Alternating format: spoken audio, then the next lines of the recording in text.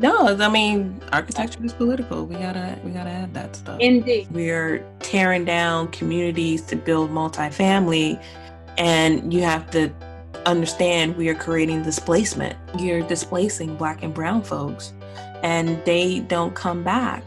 Half of this podcast would be dedicated to the history of Powerhouse, my journey and my discoveries, and hey, I'm going to solve this housing problem. Hey guys, what's up? My name is Melissa Daniels. This is the Architecturalist Political Podcast where Black and brown folks talk about architecture. I hope you enjoyed this podcast and be part of my story. Here's a oldie but goodie, Juliet. You were introduced to Juliet as well as some of her collaborators during the whole pandemic / George Floyd / what an incredible 2020 that was. This is part of the whole decolonization of architecture. Back when hashtags were a thing, it kind of still is a thing, but it's not as heavily emphasized as it once was 2 years ago. But the group was hashtag Black in Architecture, which is now just Black in Architecture. I'll link the episode, the original episode, in the show notes so you can listen to that as well. Couple of things about the episode. You will get some background noise. It is only because of her location that you're going to get some background noise. There's nothing I could really do about that. Between that and the Zoom and the hertz that you hear, I call it hertz, and kind of just eat up some of her words. It's interesting though, because when I'm conducting the interview, I don't hear it. But when I play it back, I hear it. So if there's any tips or tricks about that, but I like Zoom. Everybody loves Zoom. To introduce another way of recordings, either Zoom or Skype, and Skype is even worse. Unless I have to use Skype due to the other person. But if you have any recommendations for me in terms of recording virtually, let me know. Hit me up. I'm going to let the episode speak for itself. I want you guys to take a listen. It's great. It was so great to catch up with Juliet. And I hope to do more catch up with other folks in the future. So here you go. Juliet, how are you? I'm doing great. Thank you. It's been a while. It's been a very long time. It feels like a very long time just because so much has happened since we were last here. Yeah, but it's good. Thanks for having me back. Yeah. We wanted to do a follow-up on Black in Architecture, but so much time has passed. How's that project going? It's been really interesting having it hosted by Oxford Brookes School of Architecture for the last academic year. So we've just come to the end of that official collaboration, and we ended it with an exhibition, which is part of the end of year show at the school. Really, really good to kind of have presence amongst the body of students work at the school, and also to have had the opportunity to work with the steering group, which we had to put together from the School of Architecture, and have activities like the reading group sessions, and the symposium was really big, but it was also very successful. So that was really good. I felt like it was a very good decision and a good move to take it away from the social media scale where it started as a hashtag, and bring it down to ground and to like where things actually happen, which is the School of Architecture, for example. So we're now developing a report, like a draft, like an overview, a concept of the framework that we're developing for the charter. And we're hoping to wrap it up with a report by September to close the collaboration over there. And then we'll be moving on to, I will be moving on to collaborate with another School of Architecture. It's in London. I'm not quite sure if I'm allowed to announce it yet. That's exciting. Yeah. How did that collaboration come about? Did they reach out to you, or how did it happen? I reached out to them. I'm a PhD student there. Oxford Brookes was the first institution that I thought about to throw it out there to them and see what kind of response I will get back. And when I did that, we had a couple of conversations, and one of the professors, Marcel, was interested in it. At that time, the current head of school kind of gave us the go ahead to how we might work together. So Marcel and I had a few discussions, and it just developed on from there. It was really good to just have that door open for what I have been doing for so many years. The incentive has been to kind of collaborate with institutions, because it's quite difficult to come up with an idea and work on it, self-fund it, and keep it going, sustain it for so long without it being taken on by a bigger organization or institution. Because one thing I've tried to do is keep the vision for the people it's meant to serve. And I feel once it kind of gets taken on by other bigger institutions or organizations, you lose that vision. So for me, that's been really key, having this setup where we collaborate and we can work together. The vision kind of remains as it was, has been important. Yeah. What was the most exciting part of this project? Was there, like, I don't want to say feedback, but maybe like a portion that they didn't realize, or like an aha moment, I guess, that you can maybe touch upon? Definitely. I think the aha moment was the symposium moment. It was the moment for the symposium. It was almost like, why do we not do this? You know? Because the idea for the symposium was to have this stage, this platform where we talk about diversity, but we talk about race and racism, not in terms of experiences of racism or race, but more like how it is contextualized in studies in architectural education, because the theme was race in architectural education, decolonizing the curriculum. So it was really, for me, it was really interesting to have half of the sessions led by some of the committee members, the steering group members who teach there, who have been at the school for decades. Look into their work, they literally just looked at what they already do and focused it. So there are things that has been done, is being done, but doesn't explicitly use terminologies or like the race issues or diversity issues in a more explicit way, you know? Mm-hmm. And I think language and terminologies are really important, because it makes it's almost like people trying to avoid the elephant in the room. And I feel like with the symposium, it was almost like the beginning for us to say, well, actually, we're talking about ethnicity, we're talking about race, we're talking about like disability or whatever topic it is, whatever issue it is, and make it about that and not kind of put that umbrella term over it. So that was good. And then to have external like guest speakers and guest participants who also brought in their work. So it was the two people already at the school and what they were doing in terms of that topic, but also people from outside the school coming in with their own work.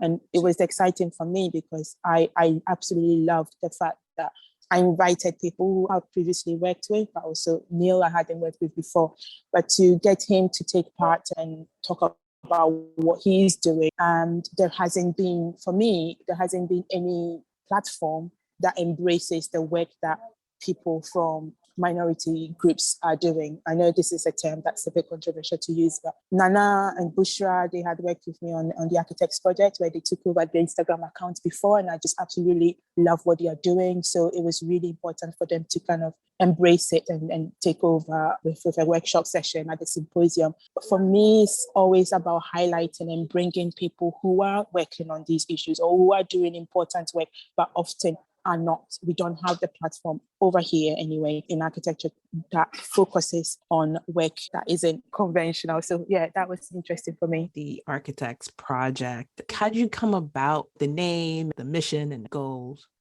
I think I probably still have like my first scribbles of the name. I tried to work out the name for it. I went to Ghana and I was like, I want to work here, I want to practice here, and I knew what architecture is about in that part of the world, because I wanted to do something back home in Ghana, but I didn't want to be over here in the UK and kind of going, I can make this, I can make Ghana better, I can do this, I can fix everything. I didn't want that approach. I wanted to be there and immersing myself in the environment with the people. There was a lot of thought that went into the name. Usually when people are coming up with names for new companies or groups or whatever, it has Ghana attached to it because we're so patriotic, But I also didn't want that because I felt like it wasn't about being owned by Ghana. It was about being owned by everybody who could relate to what the initiative is about.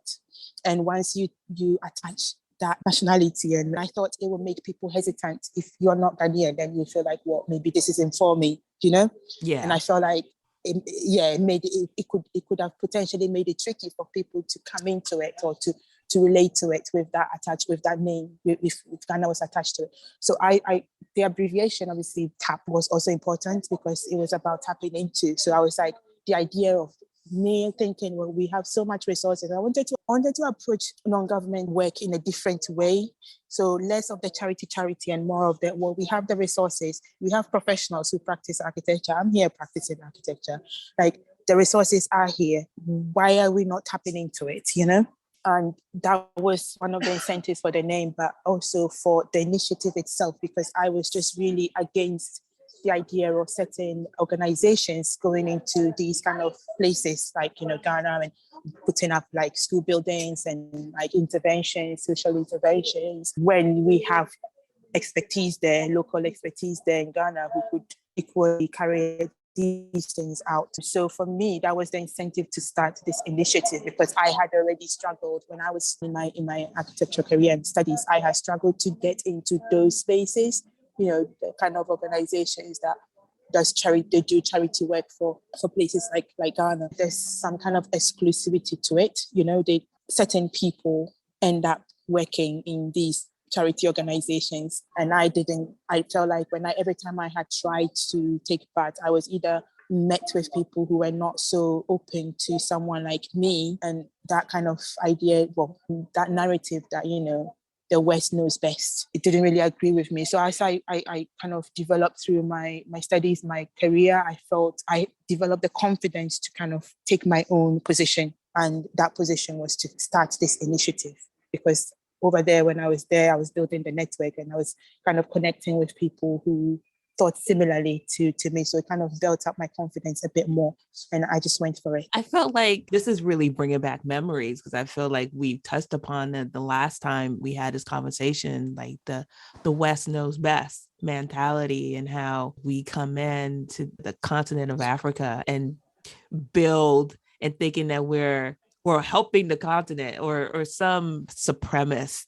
ideology. And for you to create the Architects Project in reaction to that it's amazing. It's interesting that you did not want to attach Africa or Ghana or any other place making name to it, because it's about that, but it's not about that, I'm glad we're thinking the same. I mean, on that note, when I started Black in Architecture, it was in a completely different context. So whereas with the Architects Project is, I don't want Ghana attached to it, I don't want UK attached to it, blah, blah, blah. Mm-hmm. With Black in Architecture, when it was conceived, obviously, we all know where Black in the Ivory, the Ivory Tower, there was some kind of relevance to it being Black in Architecture. Mm-hmm.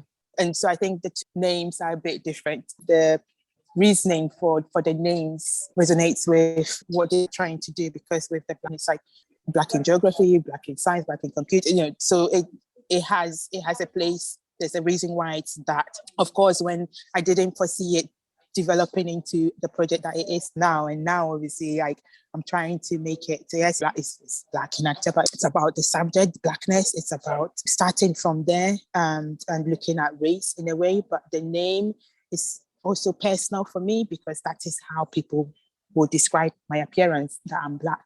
I wouldn't choose to describe myself like that, but that's the society we live in, right? Yes, two parallels, right? Black in Architecture is in a white space. The Architects Project is in a Black space. Yes. Because the way our society is set up, you kind of have to acknowledge yourself in this white space. I also feel like when I moved, I was only in Ghana for 2.5 years, more or less. And then I came back to the UK. I carried on the Architects Project, and it's been with me here in the UK for longer than it was in Ghana. But I absolutely love the fact that I started it in Ghana, and I always try to kind of push for that perspective of it starting or being conceived during my time in Ghana. Because I'm Ghanaian, I was born there. So it's almost like reflecting my own personal story of being born there, growing up there, so, spending my early childhood there and then coming here. And it's here now. And whilst it was there, it was obviously being tapped into by people from all over the world. But since I've been here and I'm still doing things with it here, it's more about the community, the diaspora community. And I feel like, yes, we haven't got a building. We are not officially registered as a company or a legal entity, but it's doing what it's meant to be doing. It's just there, come to it, and they tap into it, and they become part of it. And I like that people drop in and out of it. So it started with a group of people who I developed it with, like, they were part of the activities, the events, etc. They gave seminars, exhibitions, etc. But it's just as and when it suits people. And I wouldn't say, I always make a point that this is not my work that I've done entirely by myself. Yes, I have sacrificed a lot for it to get this fund to still be going on, but it's come about because of the generosity of many other people. And so for it to still be relevant now, after almost 10 years next year, wow, that's quite a lot. It's a lot. And I haven't even received funding towards just being like my side hustle in a way. So yeah. We kind of just jumped into it, but can you just state your name and where you're from, and just a quick little bio for people? Sure. So I'm Juliet, Sakyi-Ansah, and today I'm in Birmingham. But I was born in Ghana, in Accra, and I moved to the UK when I was about 11, and moved to the West Midlands here in the UK. I've studied at Sheffield School of Architecture. I've studied at BA in London. I did my professional studies there. And I've also done my professional studies in Ghana, in Accra, where I was when I started the Architects Project. But I work for myself now. I'm a freelance architect, and my main job at the moment is a full-time PhD student, really. I'm more than halfway through it, and I'm looking forward to completing my studies at Oxford Brookes University. And then I'll see where we go from there. Yeah. What made you want to pursue a PhD? It was exactly what the PhD that I applied for I felt was pretty much what I've been doing at the Architects Project. And I felt like it was a good chance for me to take a more formalized approach to the work that I was doing at the Architects Project. And in doing so, gain some expertise, which will help me push my work at the Architects Project forward in the future. The chance to study something that I felt I've always been drawn to community capacity building. It's informing what I've been developing at the Architects Project. I'm not sure where this will lead to, the Architects Project, but I feel like my PhD is going to be very relevant to my own practice and my career, really. Yeah. Do you think you'll end up writing a book or something about? I would love to. I feel like I should have already, but I just have too many things going on. I have all these things that I want to put out, but to write, you need that space, don't you? You need that headspace to be able to put it all down. But I do make now for like thousands of notes on my iPhone. I make notes of key moments, key points when I do come to it, and maybe memos. Let's jump into Studio OASA. I've always been curious about people. Like, I am scared to death of starting my own firm. Have you always had that entrepreneurial spirit, or? Love that question. Thank you. I was born in Ghana. You have to be. Well, everybody's their own business there, right? From the early ages, you sell water by the roadside, juice, ice, whatever, ice lollies, whatever. You just have to survive. Mm-hmm. It's been about survival. And if you want to survive, I've just applied my life experience to my career, because I felt like for me to survive, be happy, to thrive, I needed to push myself, and I needed to kind of step outside the conventional. And I didn't actually think I wanted to, I always knew I wanted to do my own thing, because I felt like working in practices, I just could not see people would give me the space to explore my creativity in the way that I wanted. And for me, it was frustrating to not have that space, that room to just push my creative abilities in the way that I wanted. I know it sounds very entitled, but I don't think it's entitled. I've earned it. We go through architecture school. We are trained to do that. That's what it is. It's architecture. We're supposed to have the freedom to be creative. And maybe if I saw architecture purely as a job, I wouldn't think this way, but I don't see it as that. For me, it's my like it's me. I just don't see it as something that I go into in the morning and come out of in the evening. It's just the way I live my life, and everything is kind of related. I enjoy my job. I love my job. I love what I do. I love architecture. It's important to be doing it in the way that worked my life. And I became a mom 5 years ago and didn't see people giving me that, like, I had worked for. I don't know if that makes sense. Yeah. I felt, and also because, you know, I was like, being a first-time mom, I just did not know how much longer, how many more years I was going to have to bend myself backwards in this industry before I get those opportunities, before I'm given that, you know, opportunity to do what I know I can do.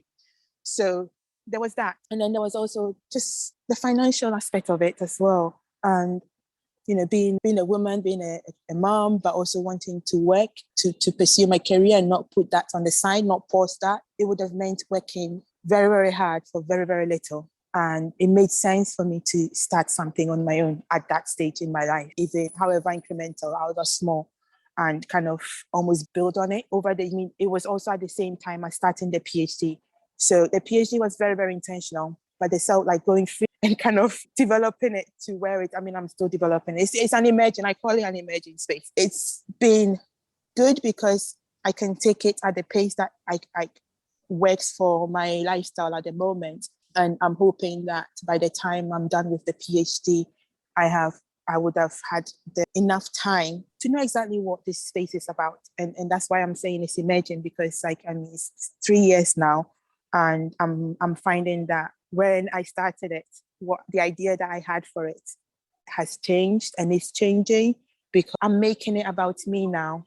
And I'm not separating the practice, the design from the research. It's about what I am doing, which is, yes, I do work in the Architects Project. We have some projects there, but the Black in Architecture project, which is research-based, and then Learn Play, which is research, but also design project. So I lead all of these, and it's also part of the studio where because I am bringing my expertise, my architectural expertise onto it. But then I also do have to use it as my, it's like my bread and butter, I suppose. So I do renovations, extensions, and, the standard architectural jobs. But yeah, I'm just trying to define it for myself because I'm figuring it out. Wow. You're a real inspiration. Oh, you're too generous. Thank you. That's you very are. kind. You are doing so much. Like, it's crazy how much you're doing. And the synergy between all of your projects. And you recognize that earlier on. Like, some people would be pulling their hair, like trying to balance it all. I'm not saying that you're perfect. The hair has come out before. It has. I will admit it now. But it's that thing, I think because I do take a laid back approach. There are things that I try out. It doesn't work. A lot of things haven't worked, but I try them out. And I love that we can have the opportunity to just test things out and enjoy it. And it does not have to be like this way or no way. So I suppose it's a little bit of a privilege, and I will admit to that, but it's a privilege that I've had to work for and earn. And it's still ongoing. Yeah, and it's still ongoing, yes. Do you have an end date or a milestone or an achievement for any of your projects that you're doing? You mentioned this collaboration is wrapping up soon. There will be another collaboration coming up. Is the intent to hit all architecture schools, or are you going to travel to other countries? Yeah, that's also an important question. No, I am not trying to hit all the schools of architecture in the UK at all. I think naturally a few people have approached, couple of schools have expressed interest in hosting with the Black in Architecture. Ideally, I would like it to be in a position where I am not having to lead it, So it's almost like developing this template can be taken on, like get the ball rolling sort of thing. So I suppose I just like to initiate these things. They don't, like I said, they don't always work out, but I feel like to have an idea is one thing, but to actually make that step and take that step and play it out, let it play out. And especially when it comes to having to work with people, because you can't do these things on your own. Not when it's so political, not when it's so much about people. So for me to just these moments where I can say, with the learn and play thing, it started with the pandemic and like schools being closed and kids not having that space, these spaces to play and learning outdoors, and now it's developed into something that is another project, and I've worked on it within the context of another social lab, a research collective in Dudley here in the West Midlands. And it's been amazing and also actually it makes me feel really good. It's almost validating to have an idea and then you talk it out with people and they like you see how they respond to it. And it makes you feel like, okay, so this has potential, it's got legs, how much further can it go?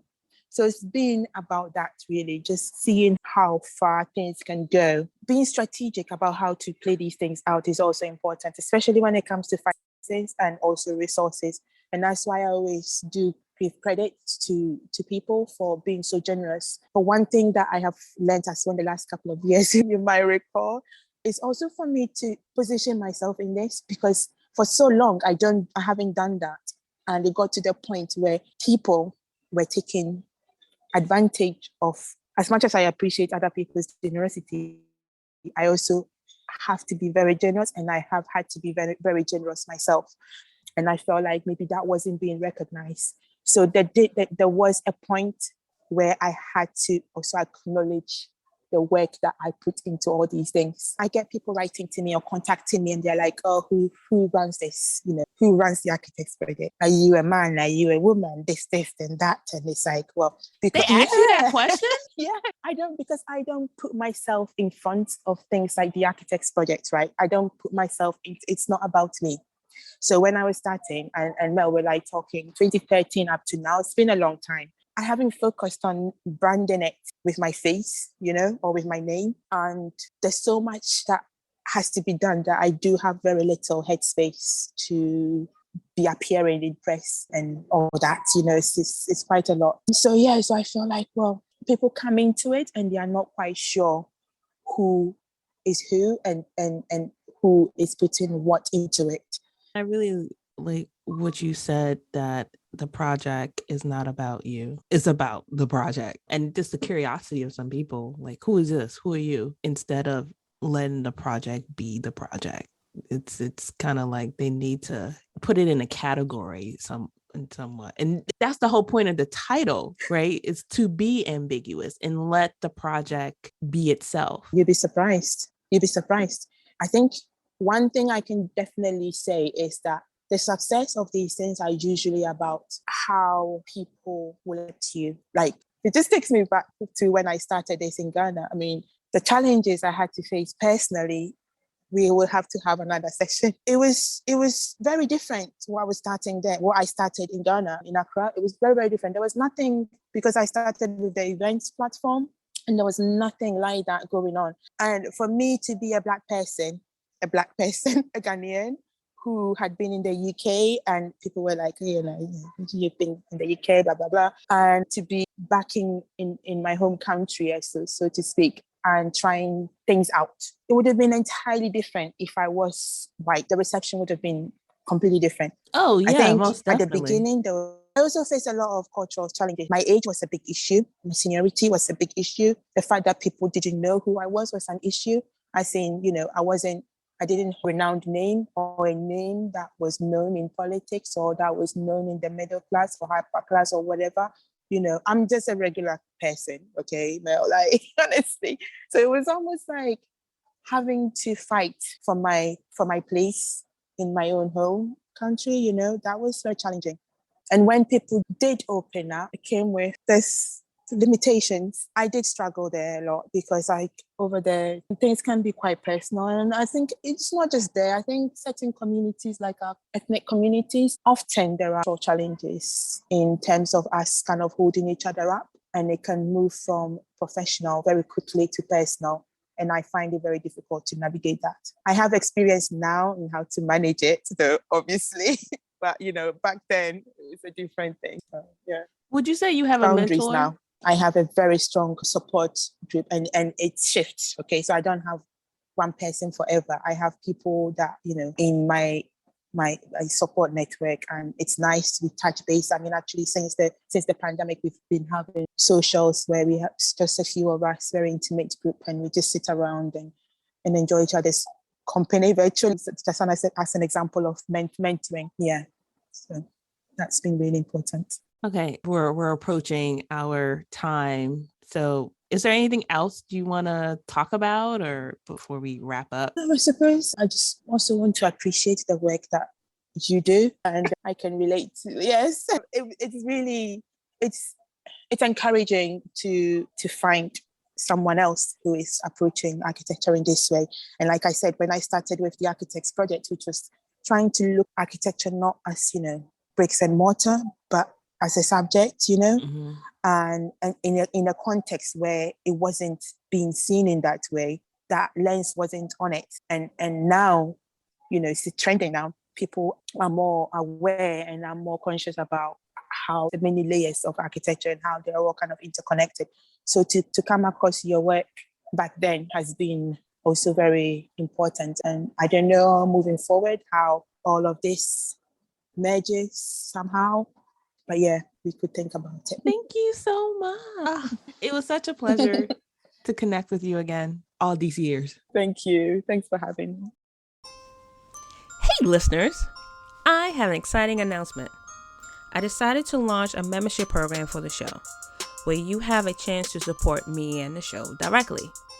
I love creating the show, and it means the world to me that you all tune in to keep hearing me week after week.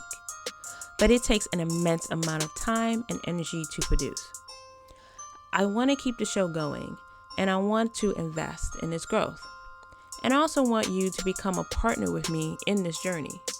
That's why I'm excited to give you a chance to officially become a supporter of the show at glow.fm/archispolly, ARCHISPOLLY, or by clicking the link in the show notes.